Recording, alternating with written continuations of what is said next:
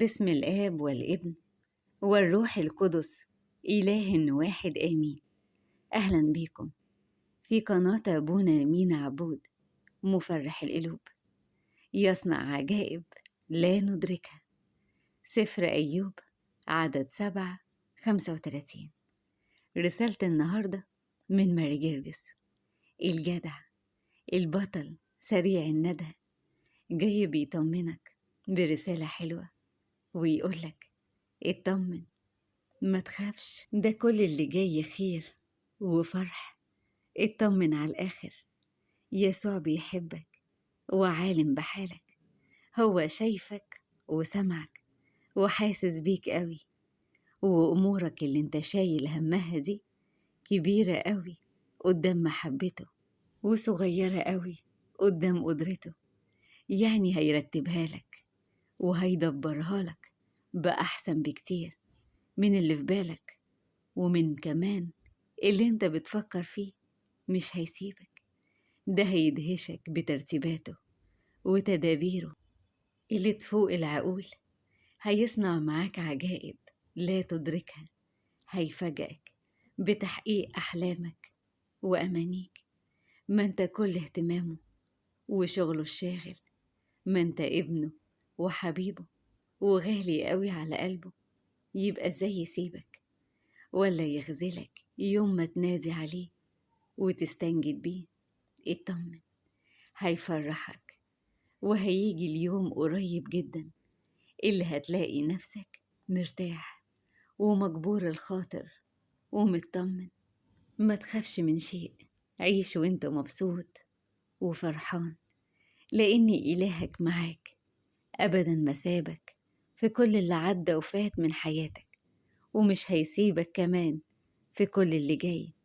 ولكني دائما معك. مزمور 3:8. الكلام ده ليك، ده وعد ربنا اللي مبعوت لك النهاردة مخصوص. يعني ما تقلقش، هو معاك في كل أمورك وبيعتني بكل موضوع يخصك، واللي انت شايل همه ومشغول بيه هو بيدبره وبيرتبه وهيظبطهولك على أحسن حال. ليه بقى قلقان؟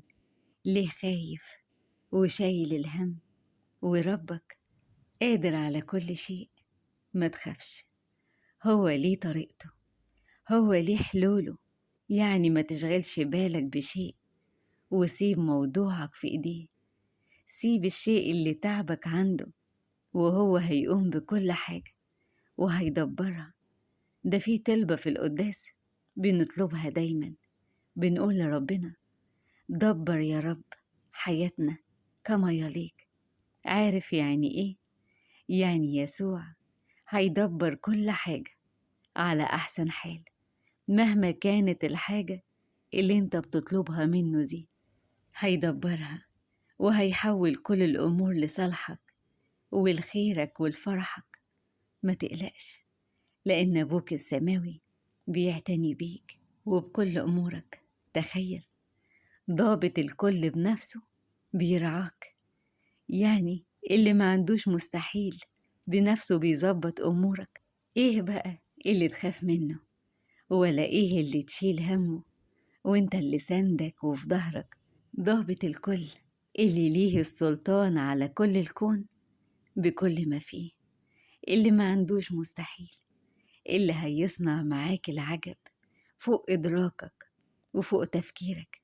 هيصنع معاك حسب مجده وغناه وحسب صلاحه. اطمن يا ابني، يسوع ملك الملوك ورب الأرباب. ده كل شيء عند ربك متدبر ومترتب ومتخطط ليه كمان. يعني مفيش حاجة عنده اسمها صدفة ولا حظ، لا، ده في خطة إلهية عظيمة رسمها لك. يعني اللي جاي مع يسوع فرح، نجاة، ستر، رزق وخير كتير. بس انت ثق فيه، ثق في القدير واتكل عليه وافرح دايما، لأنه هيرضيك باللي يفرح قلبك ويملى حياتك سلام وأمان. ده الأشبال احتاجت وجعت أما الذين سلموا حياتهم لربنا وتركوا كل شيء بين إيديه لم يحتاجوا شيء ولم يعوزهم شيء، سترهم دائما. اطمن، هيسترك، هيغنيك، هيحافظ عليك، هيدبر كل أمورك، وهيطمن قلبك ويريح بالك، وهتندهش بأعماله العجيبة، وهتختبر محبته ليك في كل شيء حواليك، في كل أمورك وظروفك وكل الأحداث اللي انت بتمر بيها، وهتعترف بقوته ومحبته دي. بس انت سلم له الدفة، قول له يا رب من النهاردة أنا سلمتك دفة حياتي، انت تقودها يا فدية وتعمل لي الصالح والأفضل كمشيئتك مش كمشيئتي. وتأكد من اللحظة اللي انت هتسلم ليه كل حياتك وهتتكل عليه من قلبك، هيدبر حياتك كما يليق، مهما كان وضعك صعب ومهما كانت دنيتك معندة وملخبطة، هيفرحك وهيظبط دنيتك كلها، هيدبرها وهيرتبها لأنه قادر على كل شيء. هيغير حالك، هينقلك لدنيا تانية والواقع تاني، ما هو الوحيد اللي ليه السلطان على كل الكون، هو ليه السلطان على التبديل والتغيير. يسوع ضامن ليك عهد أفضل. عبرانيين 7:22. اللي جاي بكرة مع يسوع حلو، اللي جاي بكرة أفضل وأحلى بكتير من كل اللي عدى وكل اللي راح.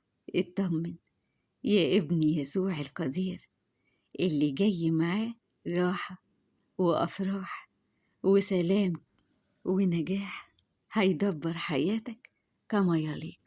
آمين.